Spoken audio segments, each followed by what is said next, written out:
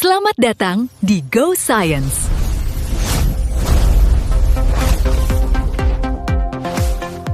Selamat datang. Assalamualaikum warahmatullahi wabarakatuh, teman-teman yang berbahagia. Saya membawa sebuah cabai.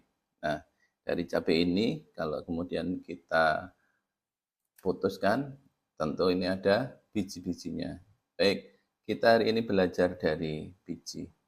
Nah, meskipun tampak kelihatan ya, kecil dan sangat sederhana. Nah, di dalam cabai ini kita bisa belajar banyak hal.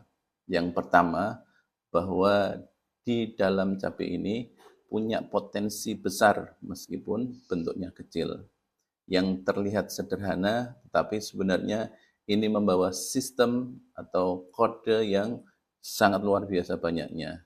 Yang membentuk akar, terus kemudian yang ngatur hormon, respon cahayanya, kemudian mekanisme-mekanisme pertumbuhan ada di sini. Jadi ini adalah blueprint yang nanti akan memunculkan tanaman itu.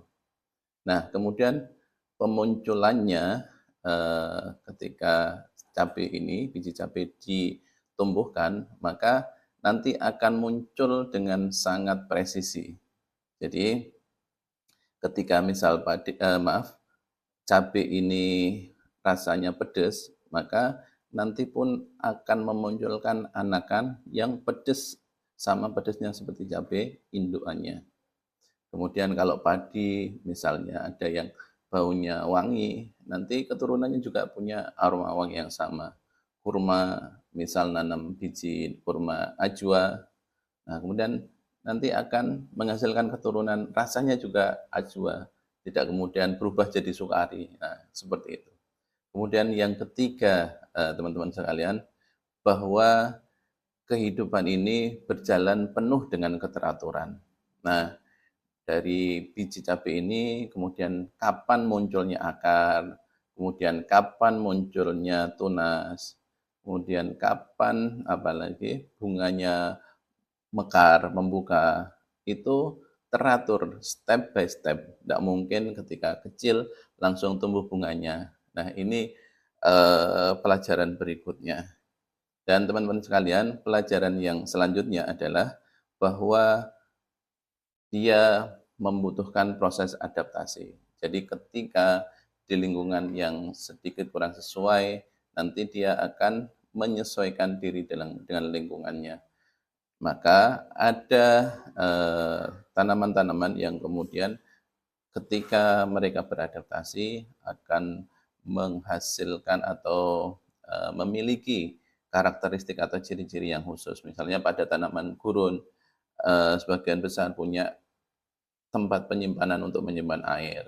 Kemudian tanaman bakau mereka tahan terhadap garam dan pinus tahan terhadap dingin. Nah, itulah bentuk adaptasi mereka. Sehingga dalam proses pertumbuhannya kita, kalau kita ambil hikmahnya, kita perlu beradaptasi. Dan yang terakhir, teman-teman sekalian, bahwa biji ini adalah bentuk dari dormansi.